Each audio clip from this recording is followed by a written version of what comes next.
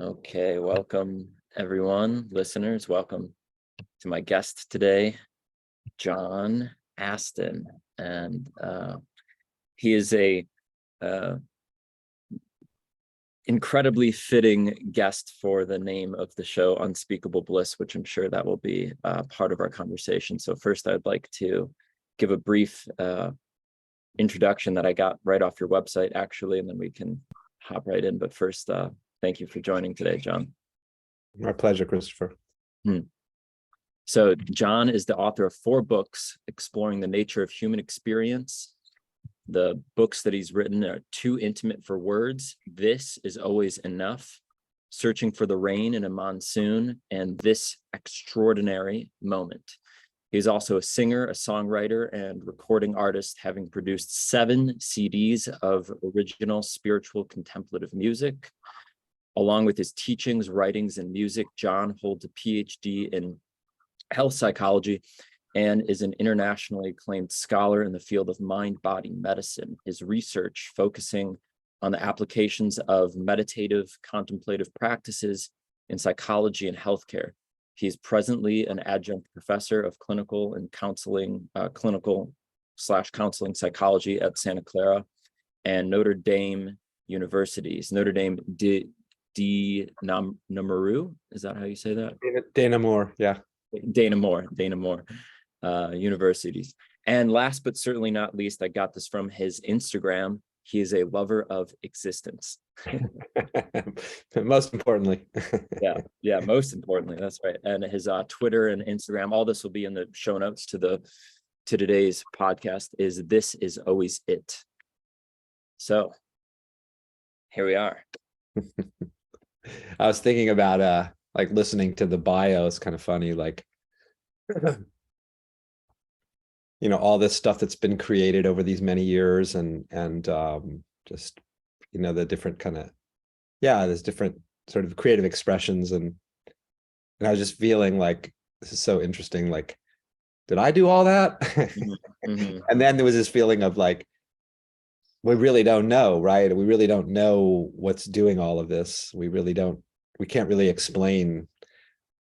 You think about the creativity that human beings express and the intelligence that is expressed through their various actions and works and undertakings, and like, where does all of that intelligence actually, what's it grounded in? What's it rooted in? Where does it come from? It's the great mystery, isn't it? Mm-hmm. So in one sense, I did all of that. I created all that music and the books and the work and the research, all the things are on my CV, right? It's like, and then there was this sense as I listened of like, wow, what is it that created all of that and all of this? And sort of the same question, basically.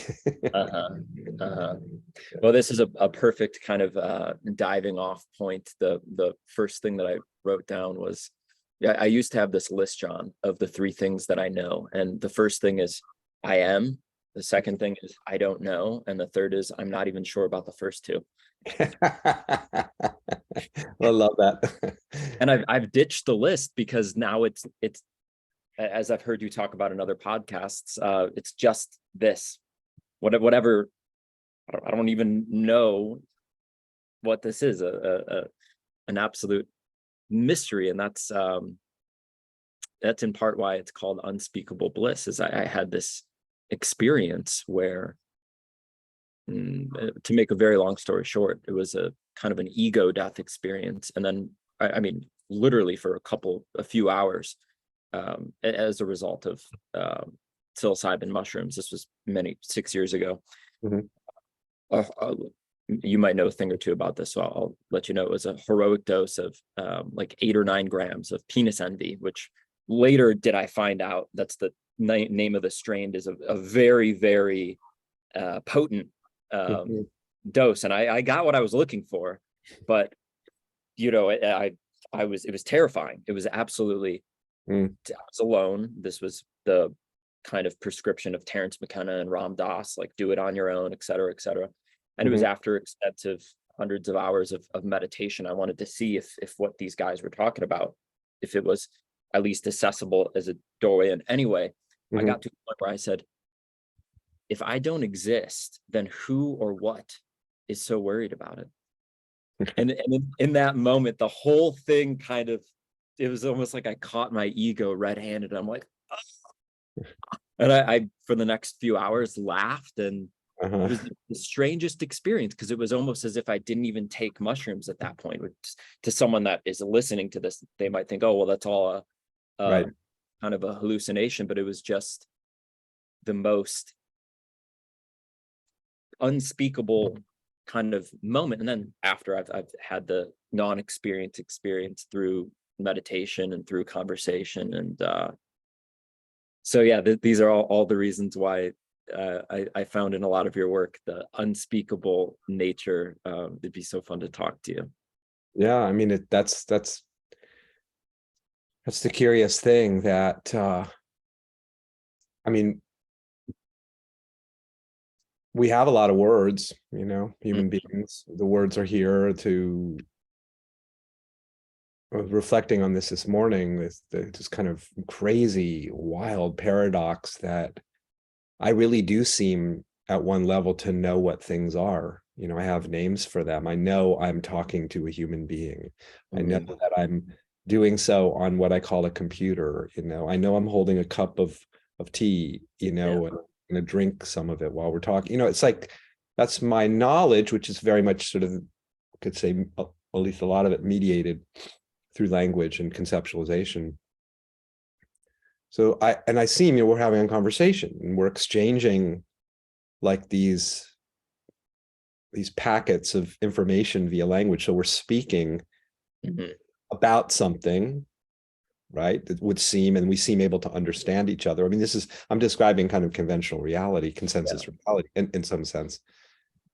But at the same time, what it is, what it is that's being interpreted, what it is that's being spoken about, presumably, this moment, this circumstance, this event, or a series of events or phenomena.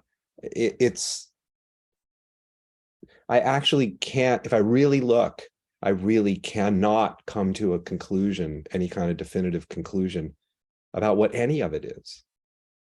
I mean, all the way, from the most normal, if you will, human experiences to the kind of crazy, wild, kind of cosmic experiences you were just sharing, while on psilocybin, and in a sense, that experience is no different from this moment. Right. It's unspeakable, inconceivable nature. And that can all sound incredibly philosophical, like, oh, it's inconceivable, because that is an idea, that it's inconceivable. But the actual feeling, as I like to say, of the moment absolutely transcends any knowledge framework, any way of rendering it conceptually. And that's, talk about flying in the face of at what human beings believe to be the case, which is that this is, in a sense, knowable. And I know what it is because I have words and concepts to seem to be able to characterize it, right? But so yes, it's quite something to discover that actually it's an absolute free fall, in a sense, into this bottomless unknowability and mystery. One of the things that led me to get interested in all of these things, which is so funny, as you're pointing out, then there's this identity of kind of a biography that's been created around the unknown, which is, it's I find it humorous to look at as well. But it was this curiosity, and that led to studying Socrates. I studied Socratic intellectualism. And then as a result of that, someone handed me a book saying, what you're saying in our seminars is in this book. And that was a curious thing to say to someone. And I said, well, what book is it? And he shows me the book. I heard you talk about this maybe being somewhat influential in your path as well. It was Autobiography of a Yogi by Yogananda. And that was the first, I had a Catholic, I was at a Jesuit college, and that was the first time where these concepts, ideas of Christ consciousness and non-duality, I guess, I don't think Yogananda uses that word per se, but that's when it felt like a rediscovering of this.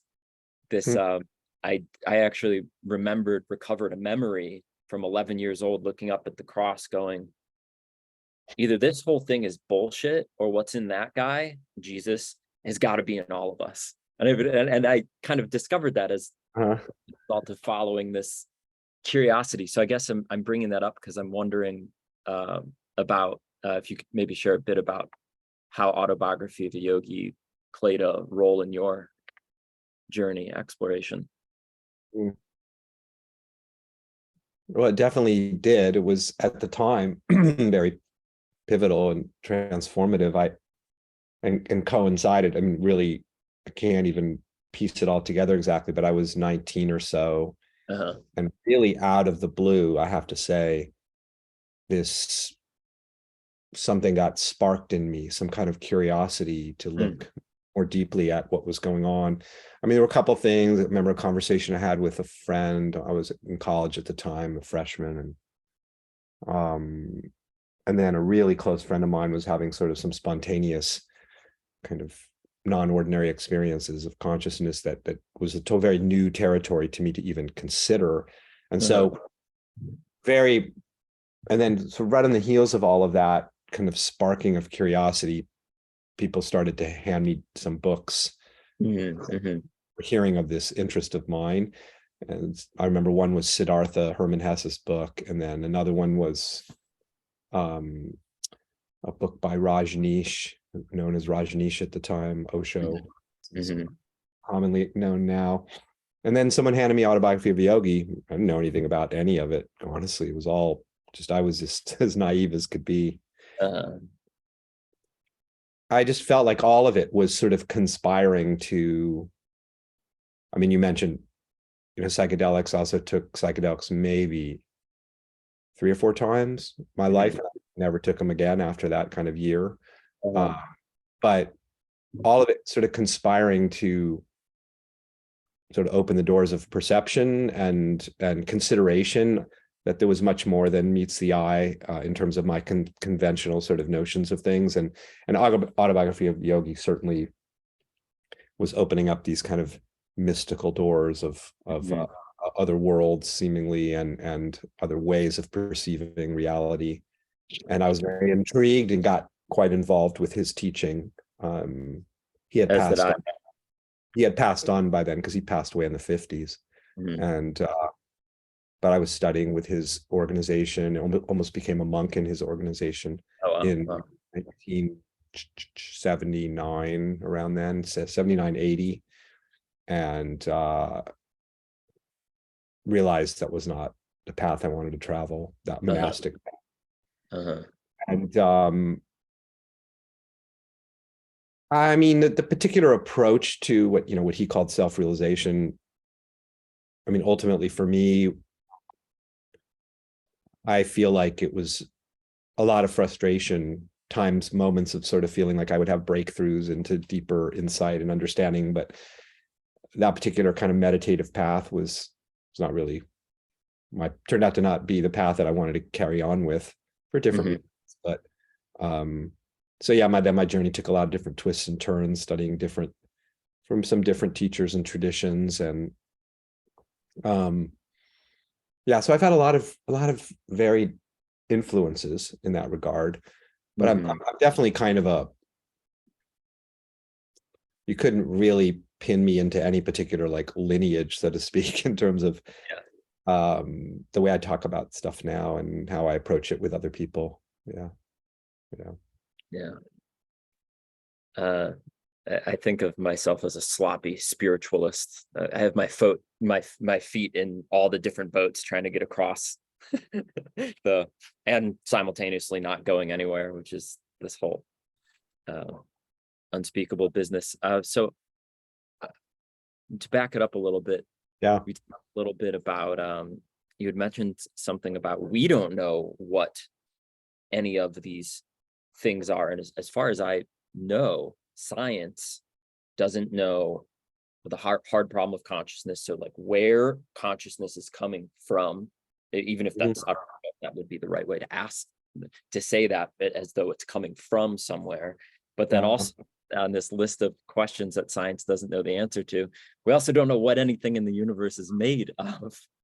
Yeah, well, that's the real, like, bottom line, kind of astonishing thing, right? Because I just had a pretty remarkable, I do these individual sessions with people who find out about my work, and then we sort of inquire together. And I love doing those individual meetings. There's something about, like, I also present this stuff to groups too. I do like a weekly Zoom meeting and planning a number of retreats, and that will be, delivering this stuff to a group. But something about working with individuals is so lovely, because I feel like something happens where, because everybody's so unique, right?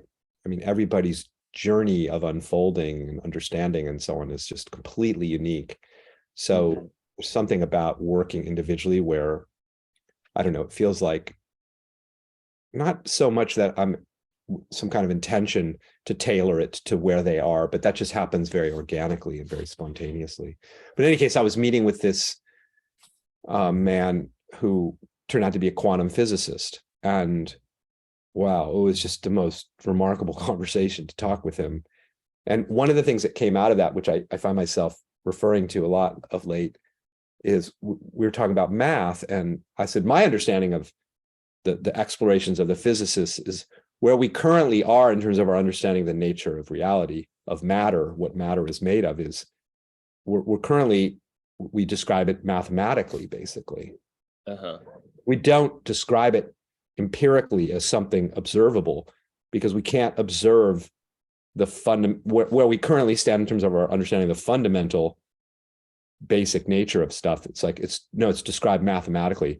So the math that's describing reality by the physicists are using to describe reality, this is what's so wild, is that the math itself, which is using, mathematics is, you could say, and this relates to the whole notion of being able to measure like what phenomena are, to get to the bottom of, measurement is the basis of science, right? I'm almost I'm a scientist as well, social scientist. I have been, at least in my life. And we actually are using mathematics in understanding the nature of reality, and the math itself can't be determined as to what it is. Right. Okay. Right. So, and you can take a lot of simple examples of this, but the one that I use a lot is, that's used in all sorts of things in science and engineering to predict things, to build things, is pi, right? And what is pi? What is, can we get to the bottom of in determining what pi actually is? And the answer to that question is no. So it's very paradoxical, because in one sense, oh yeah, we know what pi is. It's pi. It's 3.1415 ...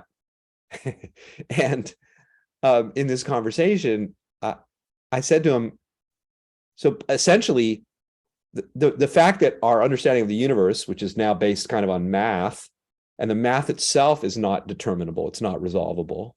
We can't find out what something like pi is, because it's infinite, right? It never ends. It has no end point, where we come to the conclusion of, eureka, I have discovered what pi is. No, can't determine it. And he told me something interesting, which is that to be able to use pi as a mathematical, numerical value, and then be able to make predictions and so on, we actually only need to carry it out a couple of decimal points. So it's sort of good enough to just know, oh, it's 3.14, and then we can actually do things with it, right? Seemingly to manipulate things in the world, but we actually will never know what it is at the same time. Now, therein is the exact paradox that we were talking about a moment ago, which is we actually cannot get to, how can we get to the bottom of something that has no bottom? The math is based on infinity, and infinity has no bottom. That's we say by definition, right? It has no final value, final way of determining here's what it is. And that's all just a metaphor, in a sense, for this moment. This is like pi. I could say something about what it might feel like, the sense of it, what I see, right, the descriptions, right? Yeah. But not really. I can't really determine it. And that, to me, The discovery of that is what freedom is all about. That the spiritual teachings talk about liberation, Yeah. is to see that this reality is fundamentally liberated from or transcends in its very basis, in its very nature. It transcends any possibility of knowing what it is, which seems to be unavoidably the case. The truth that sets us free, as it says somewhere in the Bible. Yeah. Truth Wow. of the truth of inconceivability. Uh-huh. Man, there's at least three different directions I want to go all at the same time, but I'm gonna choose one, and it One was thread. what is it? Pick one thread and go with it. Yeah. Yeah, right. The title of one of your books is something like This Extraordinary Moment. Yeah, that's last. Yes, and I was wondering, I didn't find it in the book, but I was wondering if you chose the word extraordinary because of the obviously the consensus general definition is that it means that it's outside of the ordinary. But I always love the word extraordinary because to me it points to how actually absolutely and extraordinary this is. I was wondering if you titled It's it. funny, I actually, if I understand what you're suggesting, I never thought of the word in that way. And it's really cool to think that way. I love that. It's like it's ordinary, but it's extraordinary. It's like I actually did not want to call the book that. The publisher sort of came up with that. We had to come to a happy agreement where we both felt comfortable with it. The title I wanted was This Is Not What You Think It Is. Oh, okay. It felt like it captured more pointedly what I was pointing to. But they felt that was too abstract, too philosophical. And I was like, really? Okay. And the funny thing about the one thing about the extraordinary word is that this is just the reality of language, trying to language any of this stuff, right, that we're talking about. But people can hear that word and think, well, this doesn't feel extraordinary, so I've got to go look for something else that is extraordinary, right? Or amazing, or as like, well, no, not exactly. Actually, not at all, because what you're calling the ordinary, just, oh, this is just, some mundane, everyday, same old, just ordinary existence, my ordinary life.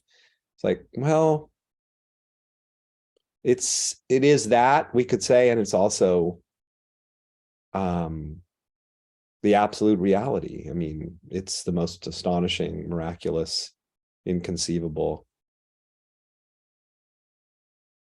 It is truly extraordinary. If anything was ever extraordinary, it's this. So yeah, now I'm more or less comfortable with the title because yeah, I mean, we have a tendency, this is one of the things that happens with language, which is, it so happens that a lot of the maps that we've created, the way we're languaging what's happening, describing what's happening, have a tendency to kind of dumb it down, to sort of make it appear to be less somehow, lacking in some way, insufficient, just maybe even boring, or not that meaningful, or right. There's ways that are ways of construing it, make it smaller, make it seem to be, well, lack is a good word. Like somehow the title of my second book is This Is Always Enough, which was a kind of a counter to that notion. It's like, yeah, actually, that notion that this is lacking is just a misunderstanding of lacking. And this moment is the entire universe is here, literally. So how could it, in a sense, this moment is inclusive of everything, because it's inseparable from the absolute reality, whatever that is. It's the expression of the whole. It's an expression of this boundless, infinite, unnameable presence. What do we call it? But it's an expression of that, and in that sense, lacking, it is just. It may be empty in one sense of identity, right? That's my understanding of emptiness. It's empty of being able to determine what it is. That's what I believe emptiness is pointing to. It's empty of self-nature, as this Buddhist sutra says. But it's full. It's really full. It's full of. It's full. It's alive. It's powerful. I mean,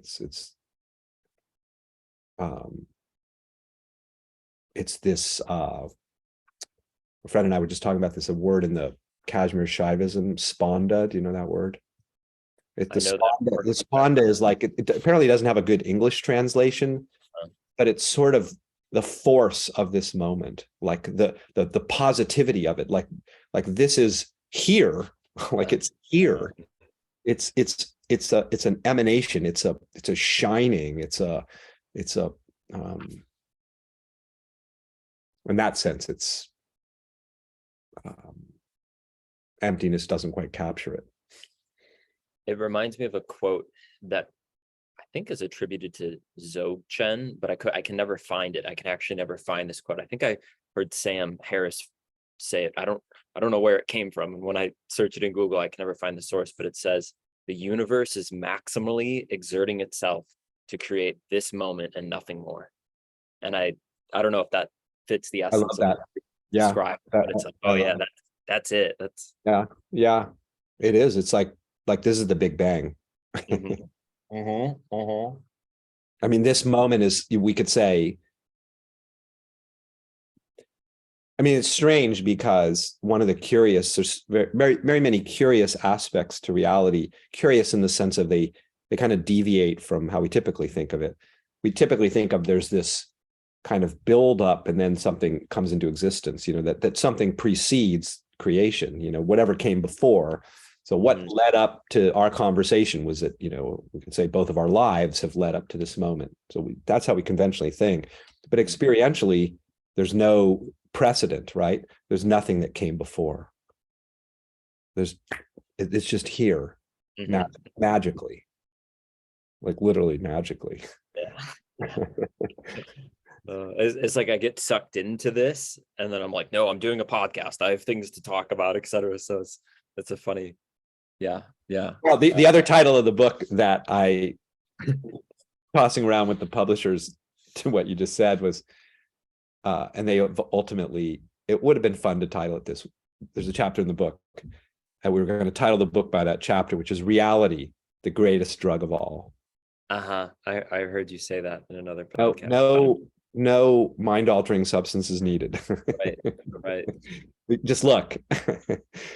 So, okay, I want to ask you about the function, something like the function of the mind, and I want to illustrate the question with an experience that I had, which there's been a number of experiences where, without any outside substances, I'm sitting there, and I noticed the futility of, all right, Christopher is now this guy sitting here trying to get to where he knows he already is, and it's pointless, hopeless, but it's kind of like I look at it as a prayer and a celebration and utterly hopeless and all these things. And I remember sitting in my home, in my parents' home actually, which reminded me of the a quote that you said so beautifully in one of the podcasts I heard you say. You said it's like sitting in your house looking for home.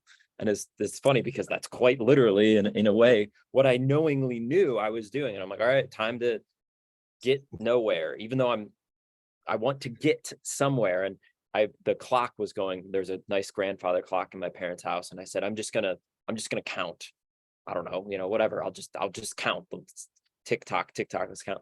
And all of a sudden, I open my eyes, I close my eyes, and I call up my fiance, and I'm like, baby, no, it really didn't happen this time. Nothing happened. She's like, yeah, hasn't this happened before? I'm like, yeah, but this time nothing's really happening and everything's happening. And it's this like bizarre, any words that I put to it. And then I go around and I look at all the objects in the house and I'm like, yeah, it's really not happening. And it's not happening to me. And oh my, and it's this strange no thing happening. And I'm wondering, the question that I wrote down that I had for you is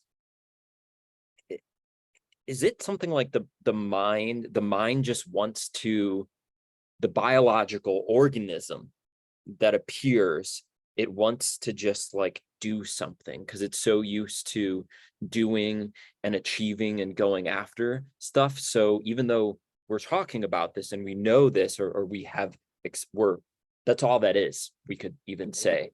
And yet then there appears to be these functions that I wonder about the function of the mind. And I thought you'd be a perfect person to ask because of what you do. Yeah. Big question. And I don't know if I'm even clearly articulating what I'm asking. So I say it another Well, way. we can certainly say that, of course, when we say the mind, what do we mean? Well, we could say the part of consciousness, but maybe a function of the intelligence of reality, let's say, that can and does render, it does interpret, it does take, we could say, we were talking earlier about infinity, take this infinite amount of information, for lack of a better word, information, like an infinite number of dots appearing right now, just infinite. The pixels of reality, and then this conceiving, conceptualizing, interpreting apparatus of reality, because the mind, whatever the mind is made of this same infinite reality. Right. It renders it, it makes it, we could say it defines it in a sense into existence, as objects, as phenomena, as things that have continuity and endurance, which is, because if everything was just like blipping off, it's like we really actually wouldn't see what we call forms, right? Like how is it that you seem to be kind of holding still as a form that I can communicate with? And it's not like every flash instant you're unrecognizable to me. Like it's like seeing a new person, new phenomenon. It's not really like that, is it? It's this sense of the emptiness. The Buddhists say, the emptiness dances as form. The infinite, unresolvable, indeterminate nature of this dances seemingly as something that can be determined. I can conclude what this is. I can see it as form. And it's very convincing, very convincing. That in a sense that it convincingly looks like a chair over there. And in one sense is. And my fear convincingly looks like something that I can recognize and name and talk to you about. I mean, as to what some sort of purpose of this apparatus of reality that's rendering itself. I mean, this is just its dance. This is what it does. Yeah. Infinity appears as, we could say, I mean, I'm just speculating because I don't know the mechanics of any of this really, but it seems like there's something in us creatures that seems able to know what this is and understand it and render it, right? Make sense of it.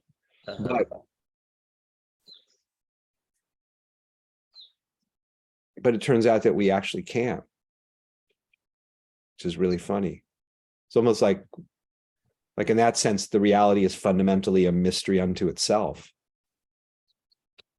If you take the person out of the equation, because whatever we are is just an aspect of reality itself. So there's really just this infinite reality. And if its own bottom can't be determined because of its infinite nature, in a sense, it's a mystery unto itself what it is. Yeah. Completely. I mean, truly a mystery unto itself. But then that which is a mystery and unknowable unto itself, we could say, but it just is itself. But what that is, like you said, what are you certain of? I am, I think was the first one you said, right? That this is. Yeah, that's I like to say, I know that this is, but I don't know what it is. Right. That's what I can say with some degree of confidence. And the I came to see is too much to say I am. I'm like, well, that's actually, I don't know. Yeah. Whatever. I mean, yeah, whatever we are is this amness, is this existence, is this this the suchness. But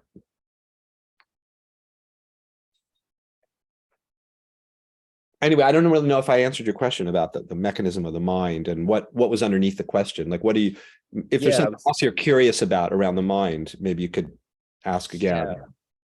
So as you were speaking, I was thinking of like, all right, what is it that I'm really asking? I think it might be something like, it appears to me that separation, at least as a concept, and sometimes I buy into it, and there are feelings of anxiety, sadness, suffering. Let's just chop it up, and I could say suffering appears to arise, and to connect that to the question that I just asked you, it's like I look at my own mind and I think, oh, there's Christopher that's so used to looking for something outside of this because his conditioning has been so much of you're gonna get and you're gonna arrive at the experience. It's almost like I have this hypothesis that the mind, it just continually wants to create time to get to this thing, even though there's been enough evidence, and the direct evidence of every moment when I sit down and look at it is that's not out. That thing that I think I'm getting to isn't ever actually, I've never found evidence that it's out there or that I'm separate from that. And that's, so it's almost like spillover residue of being identified as a separate seeker. And I think that just kind of runs on something like that. And that's what I was kind of asking about with the mind question, if that makes sense. Well, part of the defining function of consciousness or reality is that I think it is what creates this sense when this is being perceived, this instant, that it's like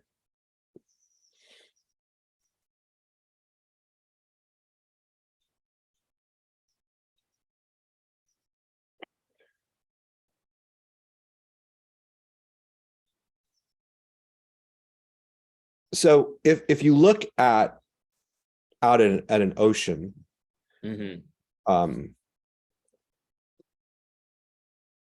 it's very interesting. It's such an amazing metaphor, and I use it so much just because it's just, there's so many different ways that it's so powerful to try to reveal or point to what we're talking about. So if we look at an ocean, what is a wave actually? That what we call a wave, which we see conventionally describe, think about as something that exists as an autonomous phenomena that we call a wave, right? Now, we could be sitting by the sea together, and let's say some really like particularly large, powerful wave just sort of kind of comes out of the blue, sort of huge set or something.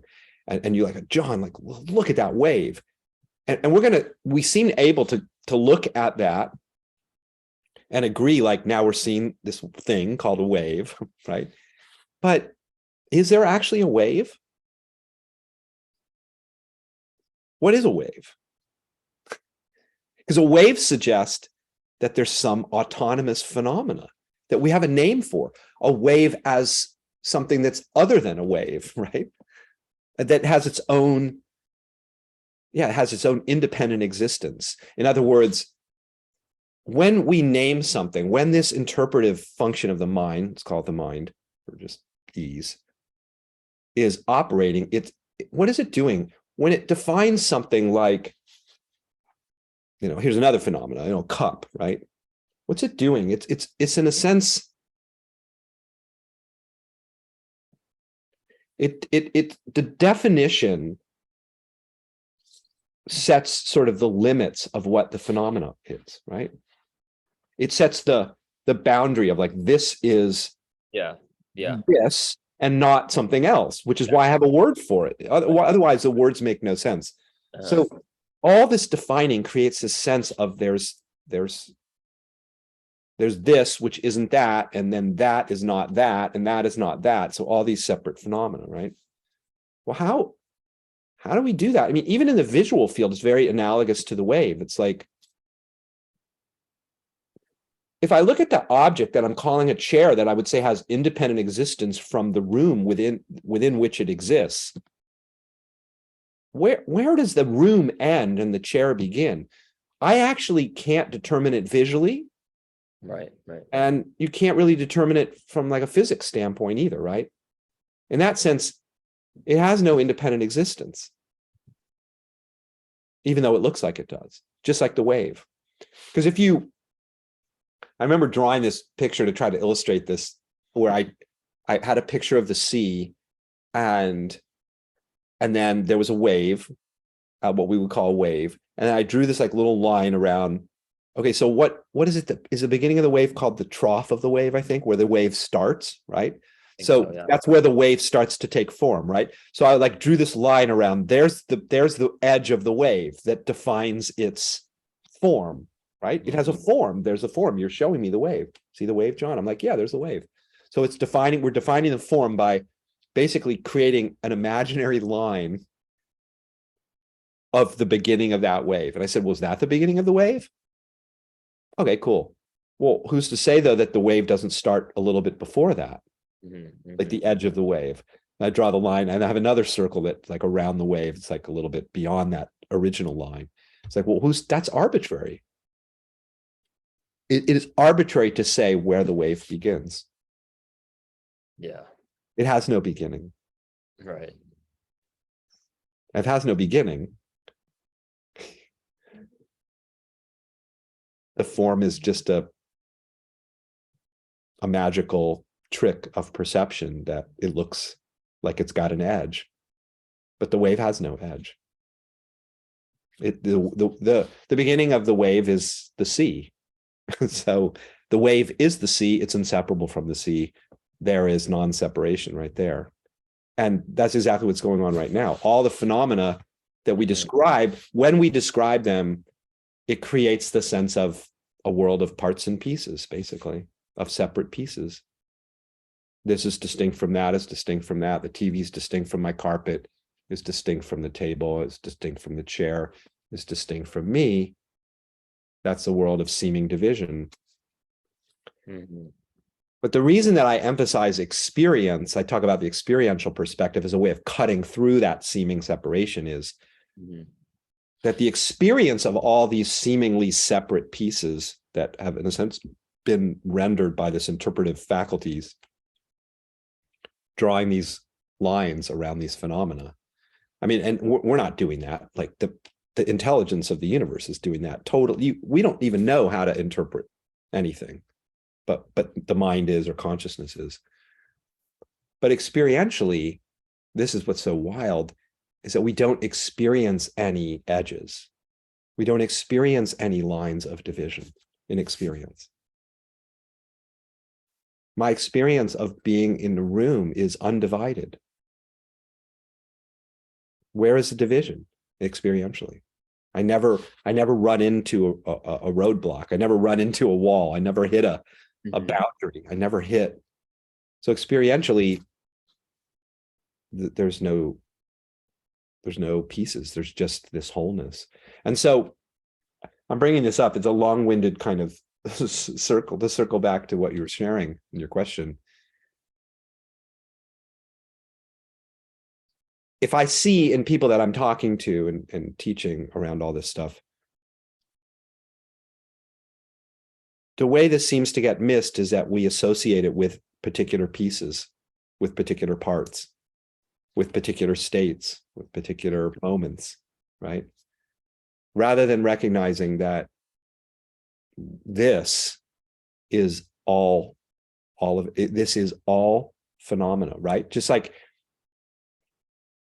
in other words, the come back to the ocean metaphor, the sea of life is creating all this phenomena, but all of the phenomena it creates, from the greatest heartbreak to the greatest ecstasy and bliss, is its creative activity, right? And all of the waves of phenomena are just like the waves of the sea, are they never escape the sea. They never are cast. Reality is always reality, right? No matter how it's appearing, because everything is made of reality. Everything is made of life. Everything is made of existence. Has no independent existence. And from that standpoint, no experience is closer to it than any other. So your absolute, like, blown out experience you were describing, where felt like the death of the self, and Yeah. that's actually, I was just talking to a friend about this.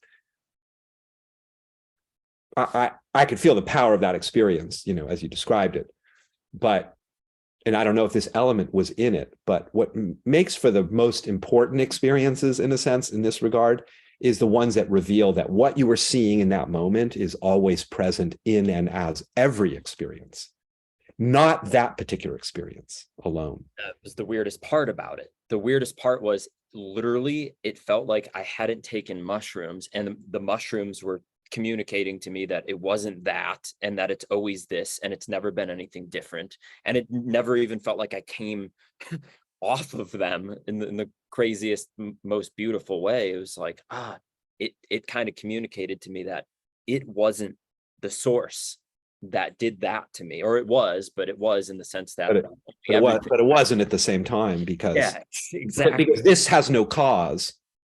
It's its own cause. Yeah. Because mushrooms are absolute reality, and so is everything else. So they're not like in a sense, in a very real sense, they're not some special cause of anything, because right? Yeah, and so in a real way, I created this in some like crazy placebo effect way, where I decided that the power, Ram Dass said this, and Terence McKenna said this, and I could see how it was all created by me, but not just Christopher me. Like, it was just being created by all. Oh man, it's like the intelligence of this reality. It sort of uses whatever it uses, all of it being its intelligence, in a sense, to reveal itself, to experience itself, to know itself, to encounter itself. But it's like, I love how you describe that, because that's exactly, I say, the most special experiences are ones that reveal the specialness of all experience. And that's what you saw, in a sense, by right in the middle of this like transcendental, like blasting, rocket ship kind of moment out of self-identification. Suddenly you were like sober, like you weren't even high on anything. It was just like, you were like, it sounds like, as you describe it, you were like plunked back into just normalcy, and realizing like there's no difference from the perspective of, it's like, from the perspective of the hologram, every seeming object in the hologram is made of the hologram, right? Because it's all what looks like a bunch of stuff in the hologram. If you ever watch Star Trek and they go on the holodeck, and it's like they're having a whole reality in the holodeck of people that they meet, but what's everything in the holodeck is made of whatever the hologram is made of. And from then maybe when they're in the holodeck, they may be making love to some amazing creature and it's very blissful, or they might be running from some terrifying monster, and they might prefer the former, the ecstatic sex with that beautiful creature, than faced by some, treacherous monster. But it's all made of the hologram. And so from that perspective, there's absolutely no hierarchy of experience. Everything is, as the Tibetans say, everything is equal, truly equal. in the most radical sense. It's of one taste, as they say. And it's a Yeah. taste of reality, which is a taste of infinity, which it transcends any definable taste. Mm-hmm. We can't say what it tastes like, and yet appears as all the flavors. So in a sense, it's every taste. Yeah. Every taste. It's the taste of sorrow and the taste of joy and the taste of sweet and the taste of sour. And that's how it shows up. It shows up as actual different flavors, doesn't it? Mm-hmm. Clearly.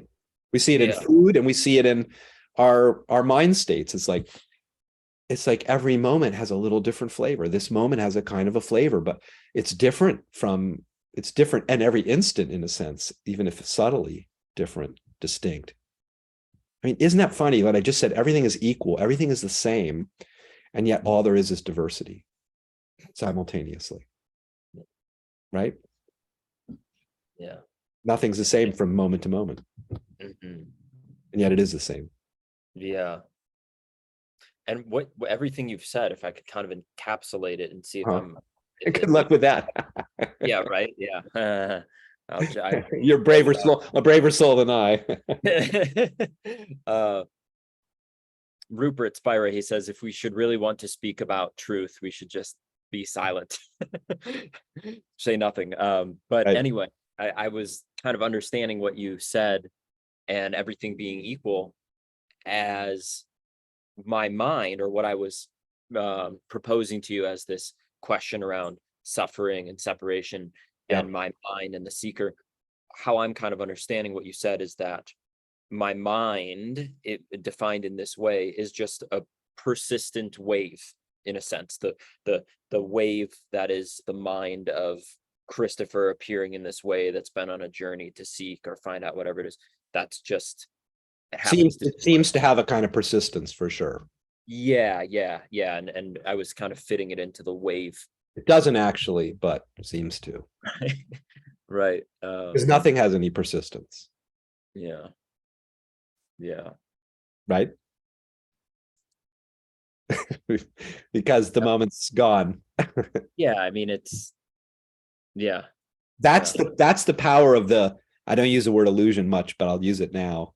Mm-hmm. The power of the illusion, we could say, is the illusion. The fundamental illusion is the illusion of continuity, that things actually endure over time. I guess impermanence seems pretty persistent.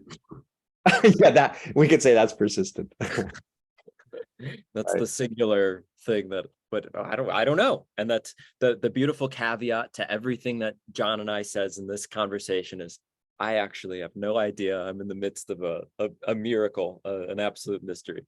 Well, impermanence is like, yeah, no, for sure. It's like the transiency, the slippery, unstable nature of what would show up as phenomena. It's so radical in the sense that there's not really even things to have permanence or impermanence. In other words, because the impermanence suggests that there's a thing, but that thing doesn't last. But there's not even a thing, because if you feel the moment, what we would call now,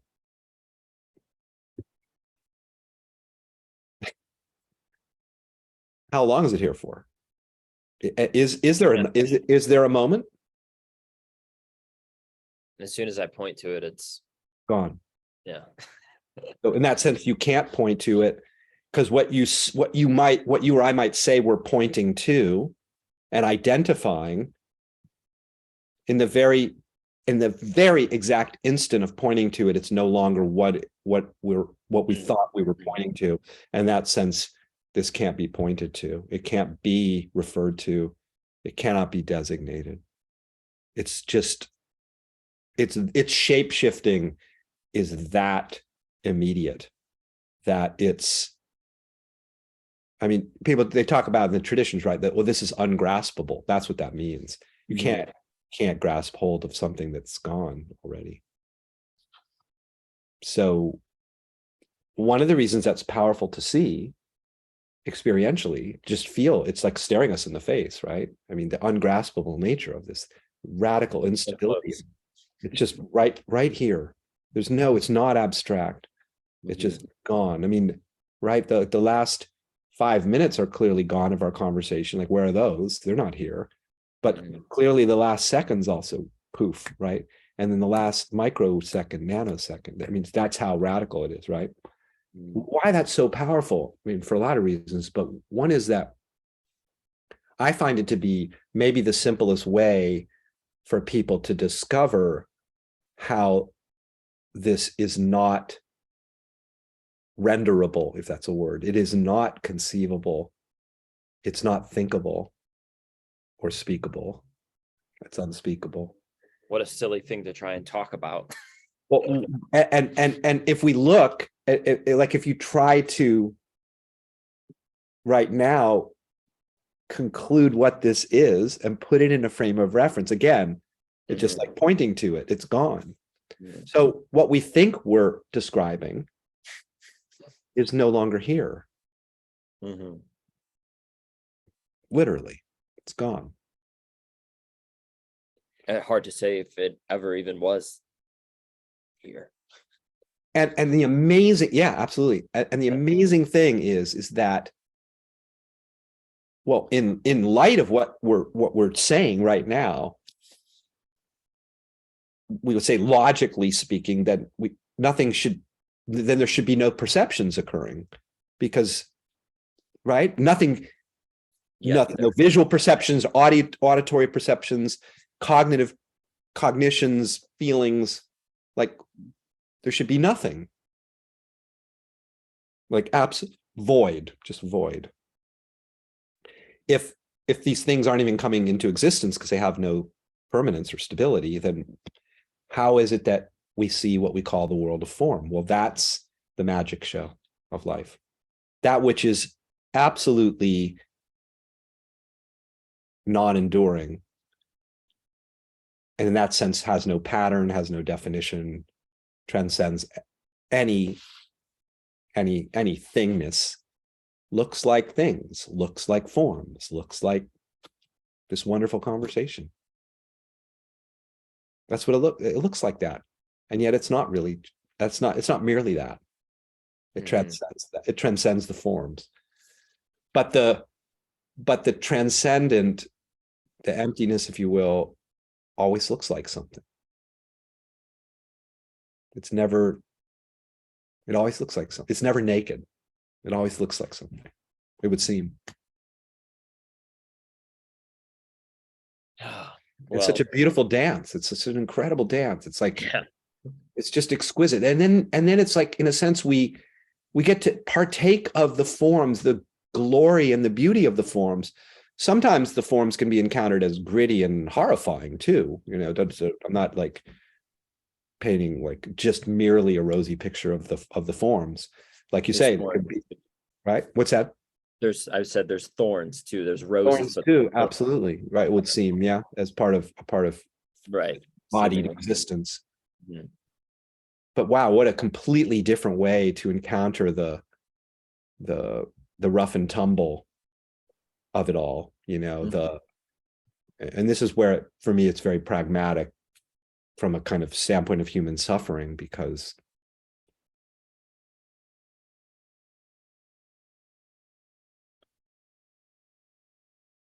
you know, in a way, if the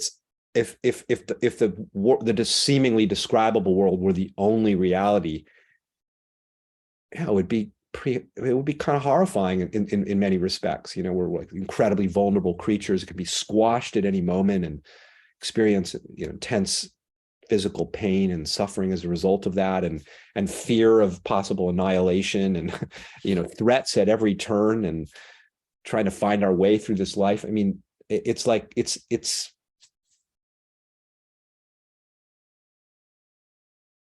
but it turns out that that's, by exploring what this is, you know, experientially, it just reveals this whole other dimension to it, which is free of the language, free of the lack, free of the limitations and definitions and identities that all the describing and defining and conceptualizing seems to imply, right?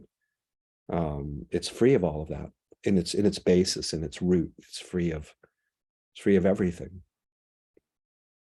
It's free of looking any particular way or being any particular way. But it can look like, and does look like, anything and everything simultaneously. Like I said, like all the flavors, they're included, including sometimes the ones we think of as really difficult. Really difficult. I'm really happy that you bring up the really difficult and the practicality of this in the face of, or I could say in relationship to, human suffering, because the things that I wanted to ask you about, it's something around children understanding this, if they understand it already, like naturally, innately, and then us other older human beings, not you and I per se, but just people, is there a way that we could educate and sort of share this understanding in a way that doesn't actually create the perceived separate individual that apparently creates so much suffering? And do you think that children already have an intuitive sense of this, and then it's forgotten? And the reason I'm kind of framing all this up in this way is because of Carl Jung. You know, he talks about the importance of individuation and this important full ego. I think full ego probably, and full and it's like, would we be robbing the individual of feeling separate to get back to oneness, so to speak? Or is there a way that we could actually have a whole, I mean, this could be an entire subject, at least I think so, from young people. It could just be playtime, and then all of a sudden it's like, hey, remember when you used to feel all one at playtime? You notice how you're starting to feel a little, like there could be a whole, I don't know if that would be called non-duality class or something like this, but this is something I've been giving a lot of thought to, and I'm wondering how you think about this, or if you've thought about this. I know I kind of threw a lot of questions at you. Yeah, no, it's really interesting to think about, like, for example, as we don't know, because like infants don't have language to tell us what they're experiencing, but we can make some guesses that it's probably more of a sense of a wash of wholeness, in a sense, where the world isn't so split up yet and defined yet. And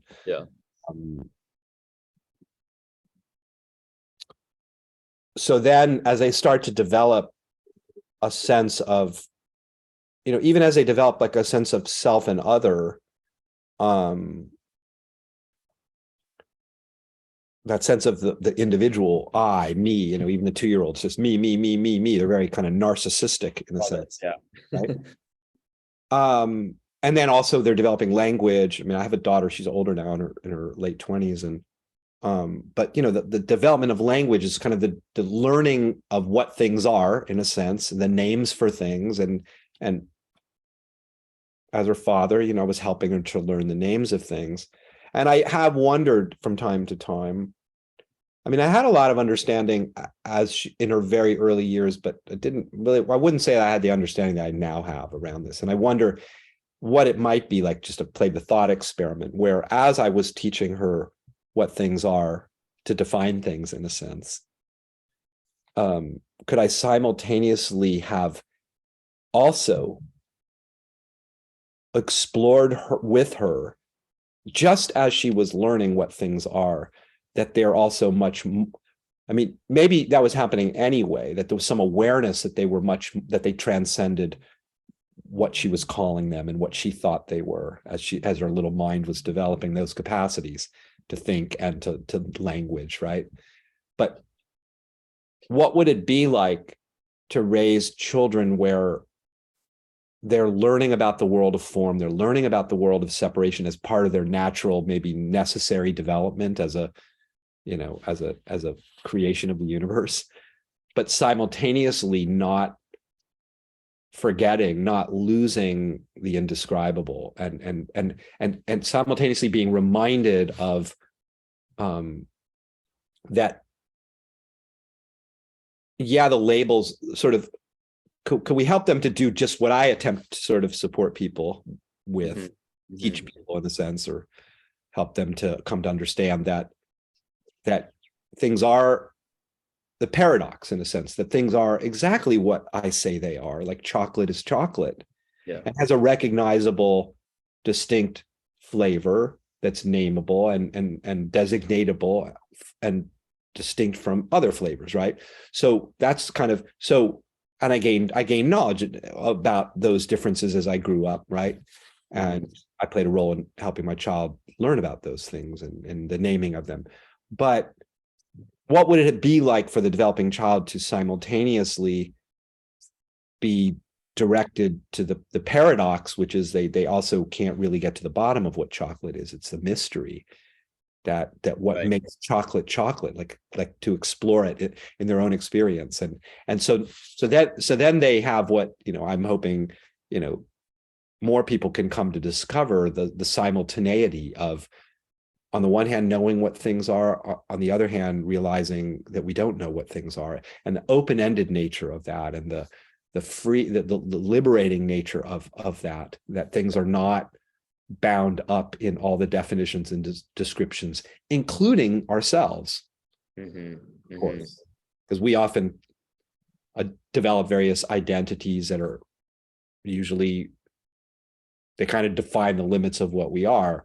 But so we could say we have a certain kind of identity, a certain kind of personality, a certain kind of whatever, but we're fundamentally unlimited and indefinable at the same time. Now, those are very subtle things, and I don't know whether the developing child's developing consciousness, if you will, has developed a certain degree of complexity to hold those paradoxes, understand them, if in a way. Maybe it feels like kind of a question. I don't know if anyone really has the answer to that. Yeah, I don't think very much of what I was just describing goes on in child rearing.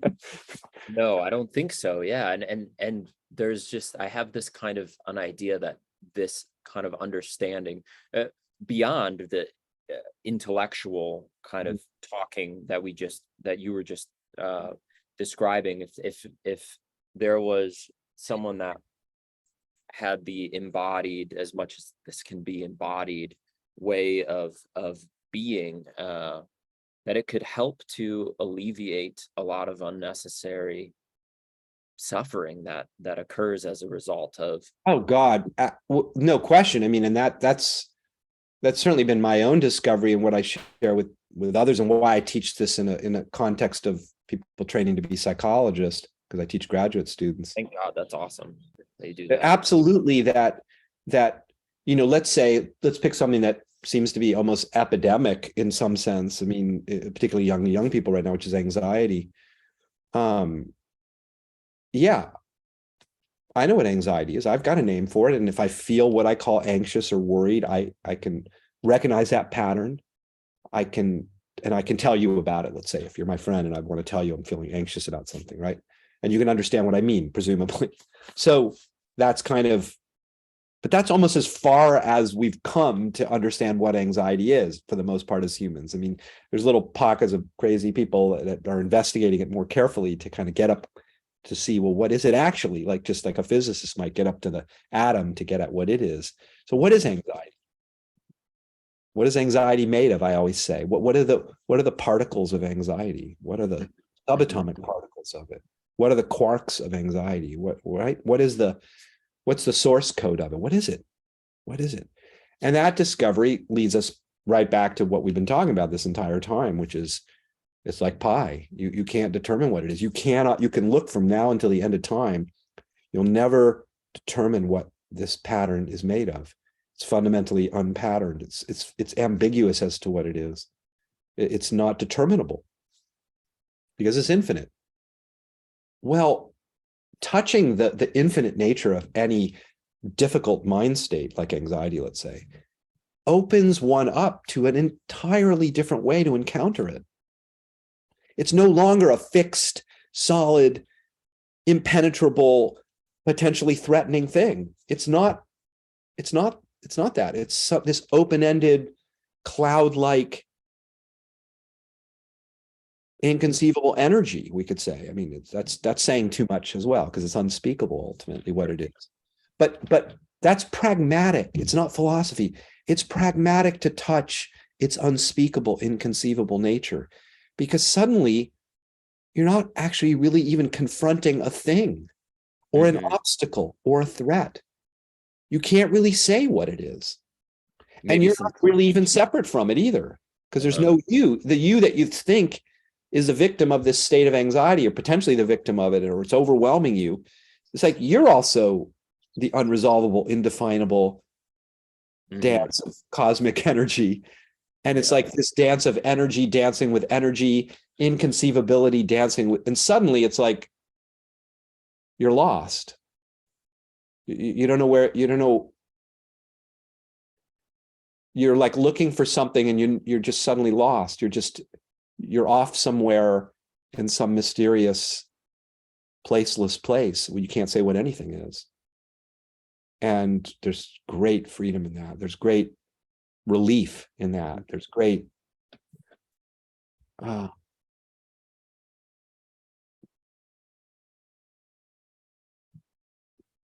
dare I say, even beauty in that, like I tell this story, I won't go into the details, of encountering some really intense grief a few years ago. Yeah, just exploring it in just the same way I was talking to you about with anxiety, but what is grief? What is grief made of? I'm calling it grief, like as if it's a thing, but it's not graspable. It's not definable ultimately.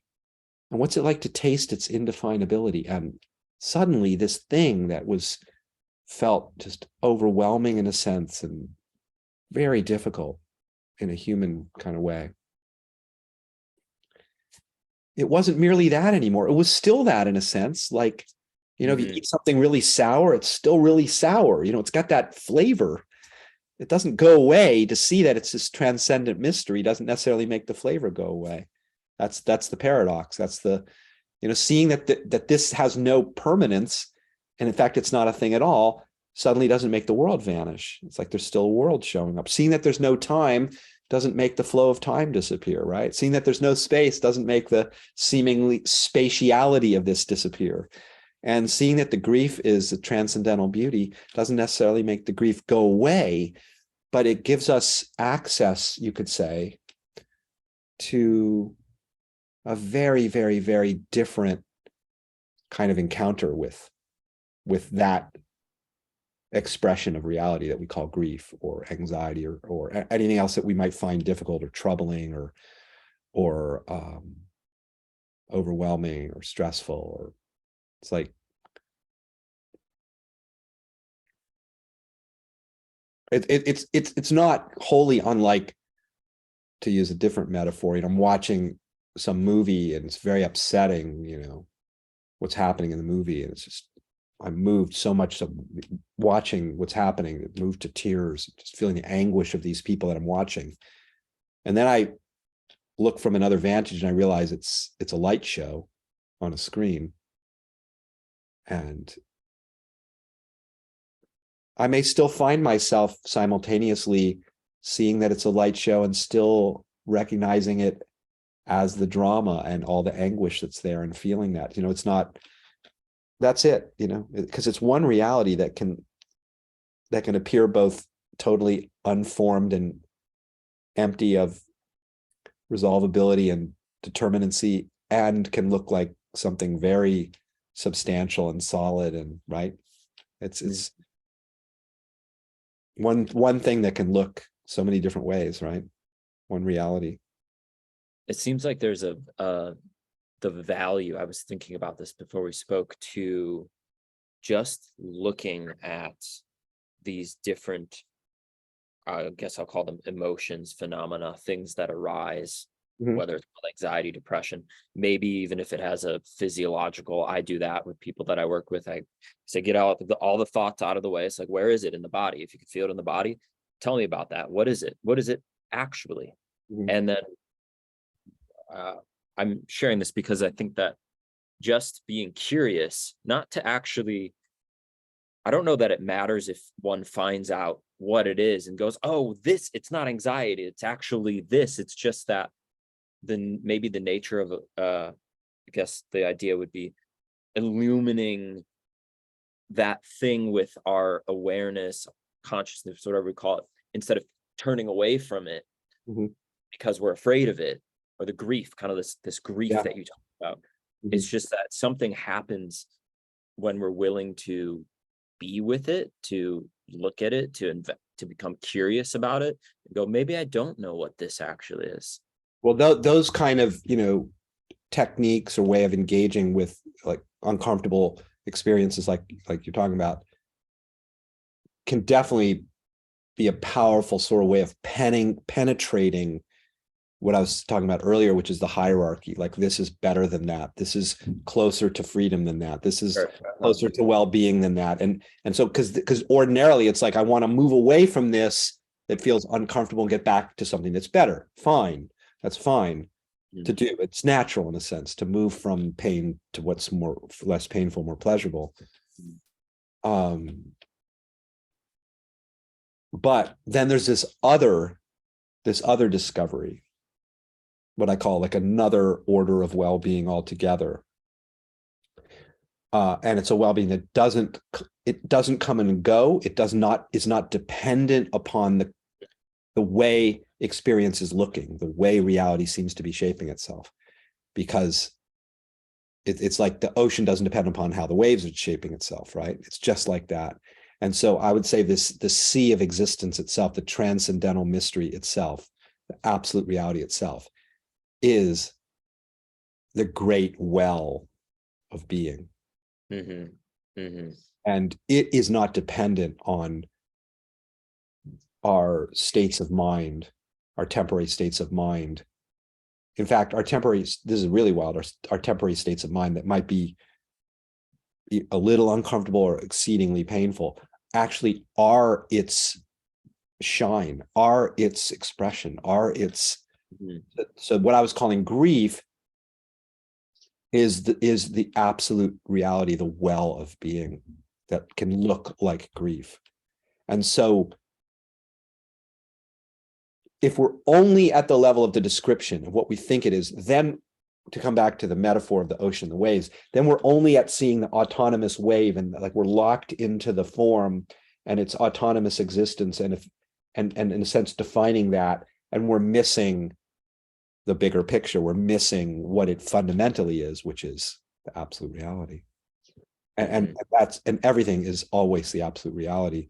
And the more that's seen, the more there is this, in a sense,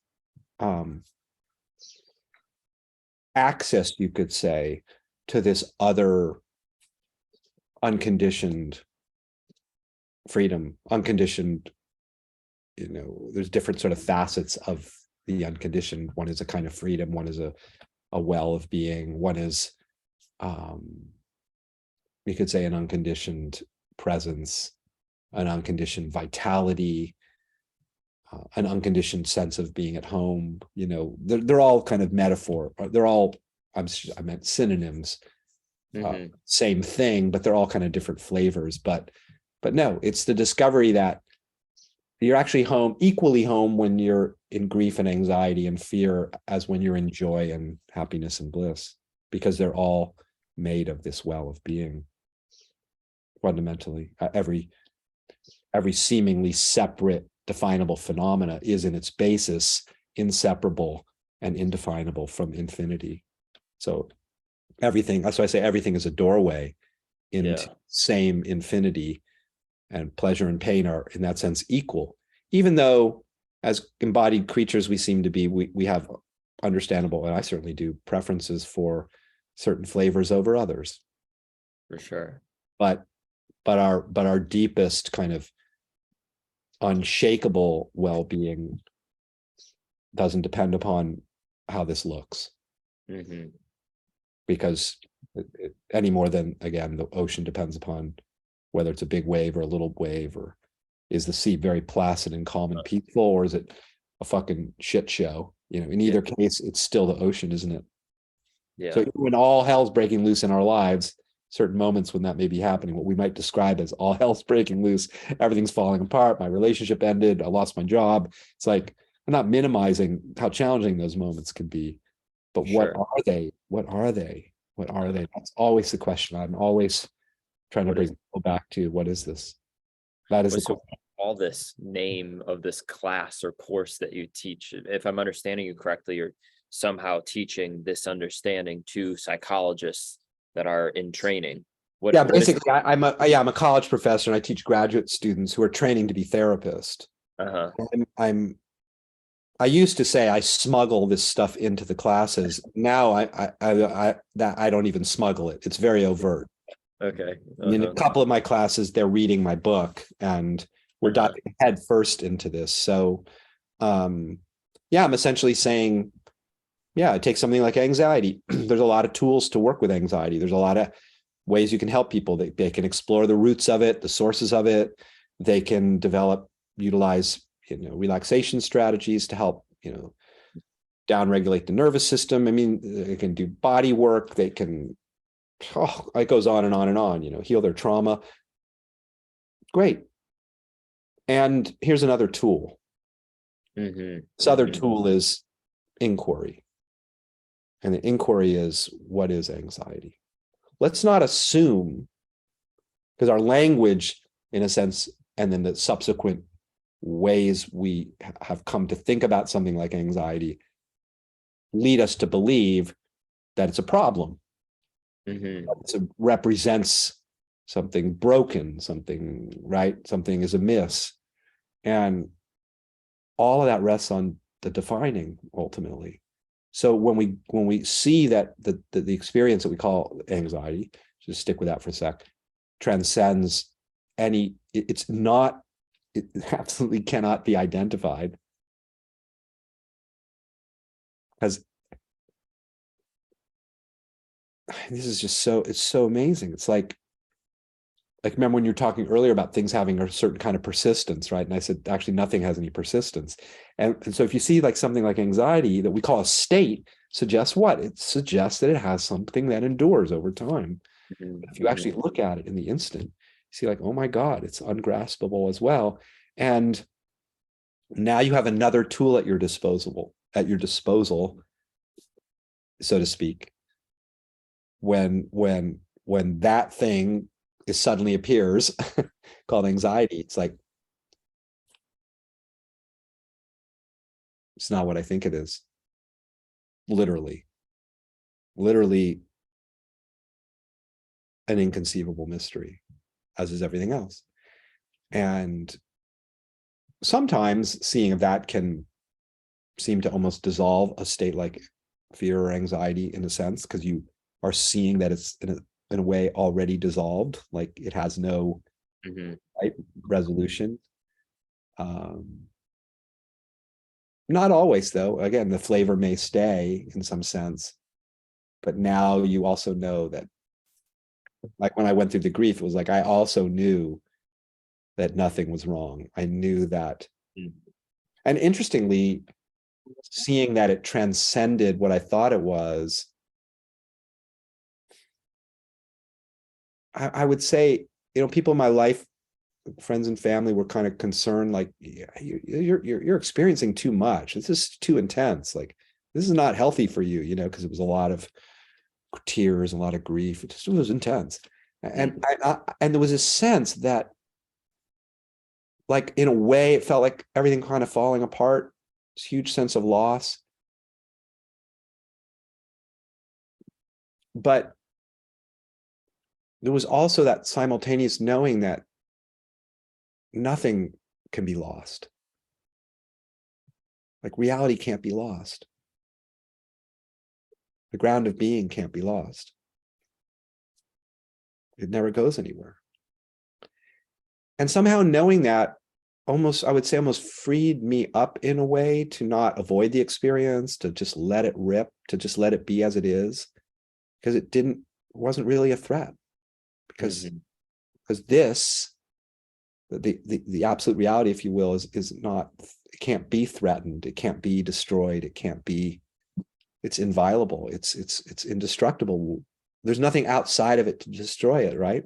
So it's indestructible.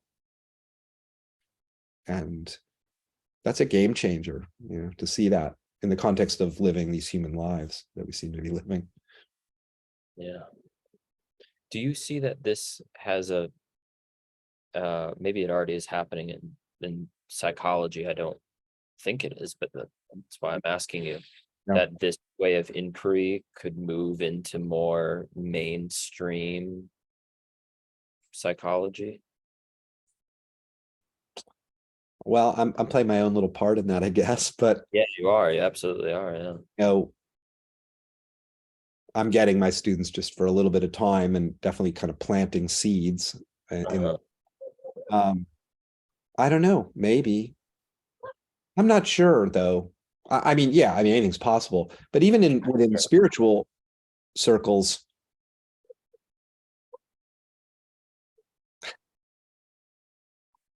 I don't know whether the kind of I'm pretty like I pretty much have this one like message, and then I try to find as many different ways to sort of talk about it. Yeah. I'm not sure at this point in time in human history if the particular thing that I'm sharing has a lot of wide appeal. I don't know. Uh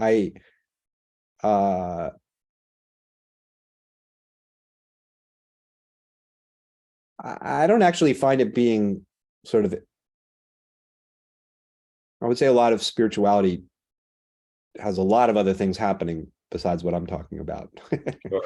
Sure, yeah. Which may feed other things that people want out of their spiritual investigations. But yeah, I mean, yeah, I think it's possible. I think it's possible that I mean, I think it's a key to psychological freedom like none other. So That's what I think too. so I'm super inspired to try to Yeah. try to be a voice for it. Absolutely. So we'll see what Yeah. happens, you know. Yeah. No, I think it's, geez, it's like it's absolutely,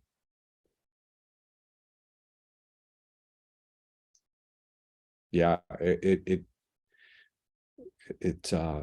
changes the whole experience of suffering, that's for sure.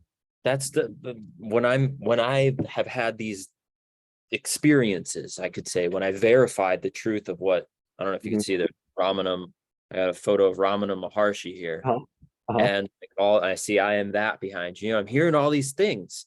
And I'm like, man, if what they're saying is true, Yeah. that's the direct, I mean, some people call it the direct path, or the direct approach. Right. And when I've had those experiences, I'm just like, why doesn't everybody know about this? Or what? It just feels like the most helpful, the most, I've been obsessed. Obsessed is not even the right word so I do coaching stuff, and it always seems to lead back to this, because this seems to be the ground of anything else. I mean, this guy, Ramana Maharshi, people would come to him, I'm paraphrasing, and I know you already know this, but he would say, you're trying to improve this and that, but you don't even know who you are. You don't even know what is looking through your eyes. And it kind of drives me kind of in a sense crazy when I look at it. I know exactly what you're talking about. Believe me. Yeah. I mean, it's like in one of the first chapters of my book, my last book, I say, the ordinary approach to well-being, I call it approach 1, is the life improvement project, like to make this better, to kind of cultivate the best possible life. And that's fantastic, like dream the best dream possible. And I said, and there's another approach too, which doesn't negate the first one, but it's just another, again, it's another way you can orient to this, which is, what if before we jump to the conclusion that life needs to be improved, how about if we ask the most basic question, which is, what is life? And we might find that it's intrinsically wondrous and nourishing and empowering beyond our wildest imagination, just as it is, without having to add one thing to it to make it better. And maybe we would do most of those things on that list if we saw or experienced or knew the way it is, or the way what is. We might still do things that you might still seek out particular environments and relationships and You know, like I love live music. I'm a musician, so like it doesn't keep me from also curating a life that I love and enjoy by Right. by engaging in the kinds of things that I find particularly interesting and meaningful and enriching. You know, so it's like they're not mutually exclusive. But Yeah. meanwhile, why it's liberating kind of from a suffering standpoint is it's like, well, even when things aren't going all that well, as we might more typically label or define them, it's you haven't lost the ground. You haven't lost the totality, cannot be lost. Yeah. How? I mean, That's what I'm like repeating that so often, you know, when I'm meeting with people, because there is that sense of like, wow, I contacted the totality and felt the undivided nature of this, and then I lost touch with it somehow, and I was like, you cannot lose touch with this. It's the only thing you are in touch with. How can you lose touch with it? You see? the pointer of just this. I Yeah. wonder how, when it comes to someone that is just encountering this, because I think about my experiences, all the different things that maybe one goes through to get to the Yeah. simplicity of it. If Yeah. you find that lands, if someone came to me before I was introduced to any of this and was like, just look at your experience and see that it's just this, and separation is an idea. I sometimes wonder, since I've had Yeah. all these different experiences, how that might land with me, but that's the way I'm attempting to share it with others. So I'm wondering if you've thought about that. Yeah, you know, I'm kind of, it's like an ongoing, you know, the art of trying to share about this. It is, you know, what's the most helpful way to speak about it. And, you know, it's, I can't really say, I mean, I'm just sort of doing my best, but Unspeakable Bliss, why we're here. that's right. I mean, well, I guess one thing that I tend to take is that to keep directing, I say there's two perspectives. There's this seemingly definable perspective, and then there's the perspective of experience itself. And we're very heavily weighted towards the defined perspective, and most people, a lot of people have never been introduced to, even though we're living it in a sense, the experience perspective. I'm just bringing people back to that all the time, because just as we were saying earlier, you know, you take something like, it seems that our language suggests that things have permanence, they have duration, they actually are things, and those things can harm us, and we're someone based on our definitions who can be harmed. So all of that's kind of languaged and reified by the language, right? But then when you go to your experience, amazingly, you can, and just through feeling experience, you don't find an individual living in a world. You find experience. And right away, you can start to taste that undivided. You can taste the way, from the perspective of experience, there's not a self living in a world. There's not a subject and an object. There's not an inside and an outside. There's not things happening to me. There's just, we'll call it a flow of experiencing, call it a flow of perceiving, call it this, call it this radiance shining that looks like a bunch of pieces. And I mean, I will use different words to try to capture what I call the common denominator of everything. You know, that everything is present, everything. I'll say that sometimes. I'll say, because notice that's like fundamental to everything, isn't it?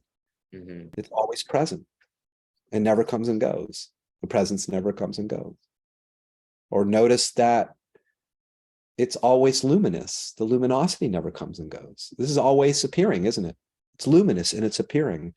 The appearances always look different. And our tendency is to, I like those appearances, and now I'm okay. I don't like those, now I'm not okay. And that's the whole dance of the human based on the defining the appearances. But the appearing itself is relentless. It's continuous. It never goes anywhere. and it's not conditioned by how it looks. So I'm always directing people to these different doorways in defining the common denominator of all of this, which is the discovery that this is one thing, one wholeness, one totality, one reality, one divinity.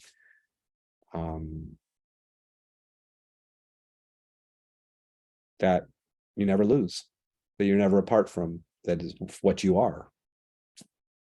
What you are. Always and forever.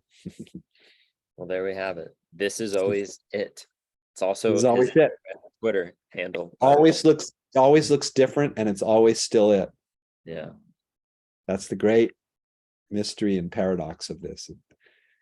It looks like anything and everything, not like particular things. It looks like anything and everything. And yet And that's every single thing is made of this. exactly.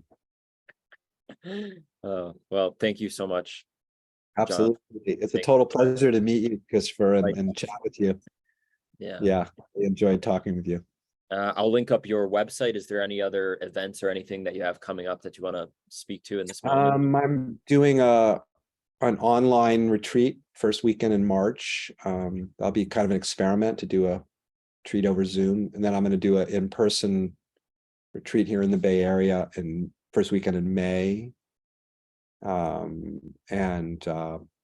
anyone interested in being in touch can just message me through my website, which is easy to remember, johnastin.com, and be in touch with me that way if you're more curious about my work and what I have happening kind of coming up in the next few months. So yeah. Awesome. I'll link all that up so people can access it in the show notes. And That's good. thank you so much. Until next Thanks, time, Christopher.